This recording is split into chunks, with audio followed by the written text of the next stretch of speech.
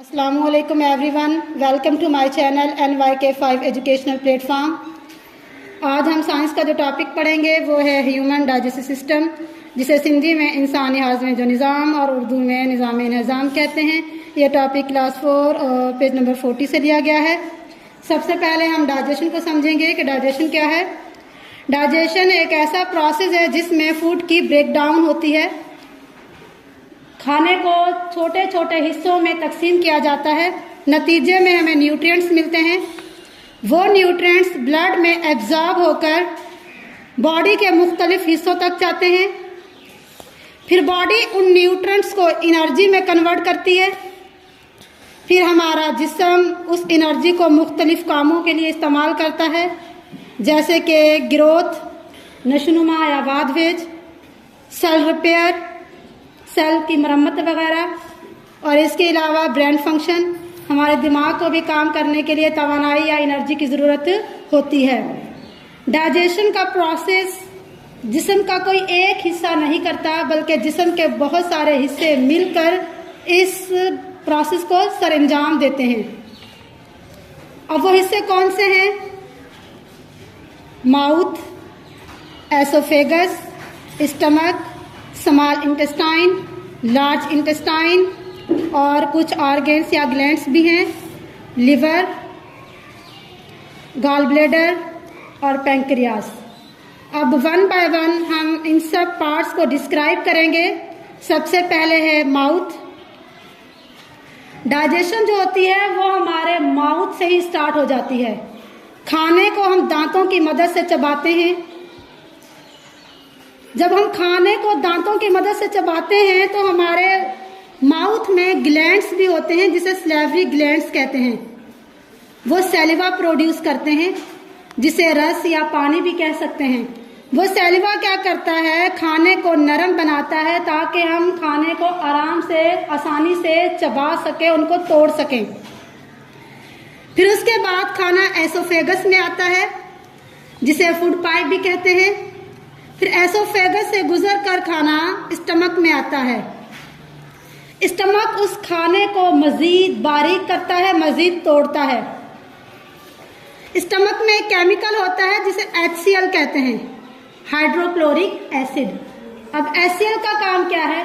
जब हम खाना खाते हैं तो खाने के साथ कुछ बैक्टीरिया हमारे स्टमक में आ जाते हैं, तो हाइड्रोक्लोरिक एसिड उन बैक्टीरियाज को किल करता है, खत्म करने में मदद देता है।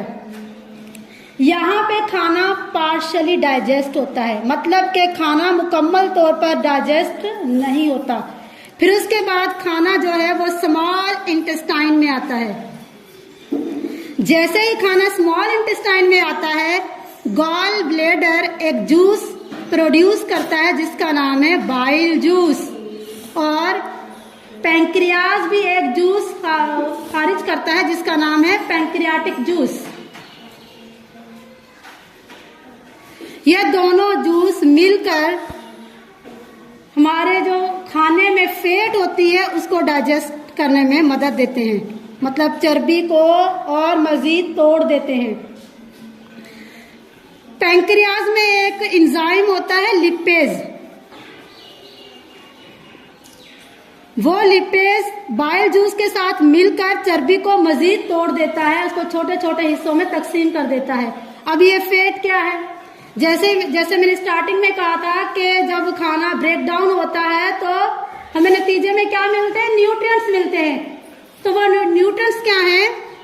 कार्बोहाइड्रेट, प्रोटीन, इसके अलावा फैट। कार्बोहाइड्रेट जो है वो हमारे माउथ में ही डाइजेस्ट हो जाती है with the help of amylase enzyme, और प्रोटीन जो होती है वो हमारे स्टमक में ही डाइजेस्ट हो जाती है with the help of enzyme, और उसका नाम है पेप्सिन। और फैट जो है वो डाइजेस्ट होती है हमारी स्मॉल इंटेस्टाइन में बाइल जूस और पैंक्रियाटिक जूस के जरिए। फिर हमारे थोड़ी बहुत प्रोटीन बच जाती है जो स्मॉल इंटेस्टाइन में होती है, वहां पे भी एक एंजाइम होता है जिसे हम ट्रिप्सिन कहते हैं। ये एंजाइम उस प्रोटीन को स्मॉल इंटेस्टाइन में डाइजेस्ट कर देता है। अब ये एंजाइम क्या है? एंजाइम बेटा कैटालिस्ट होते हैं जो किसी भी केमिकल रिएक्शन की स्पीड को बढ़ा देते हैं, तेज कर देते हैं।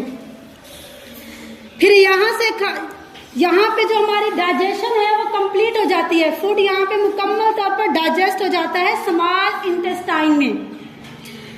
फिर स्मॉल इंटेस्टाइन की दीवार पर छोटी छोटी प्रोजेक्शंस होती हैं जिसे हम फिंगर लाइक प्रोजेक्शंस कहते हैं, या ये भी कह सकते हैं छोटे छोटे बाल होते हैं स्टमक की वॉल्स पर, छोटे छोटे बाल या फिंगर लाइक प्रोजेक्शंस होती हैं जिसे हम माइक्रोविली कहते हैं। अब इन माइक्रोविली का काम क्या है?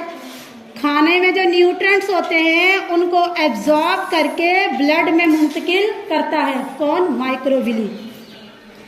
फिर उसके बाद बाकी का जो खाना होता है वो लार्ज इंटेस्टाइन में आता है। लार्ज इंटेस्टाइन स्मॉल इंटेस्टाइन के मुकाबले में छोटी होती है। अब लार्ज इंटेस्टाइन क्या करता है? खाने में मौजूद वाटर और मिनरल्स को एब्जॉर्ब करता है।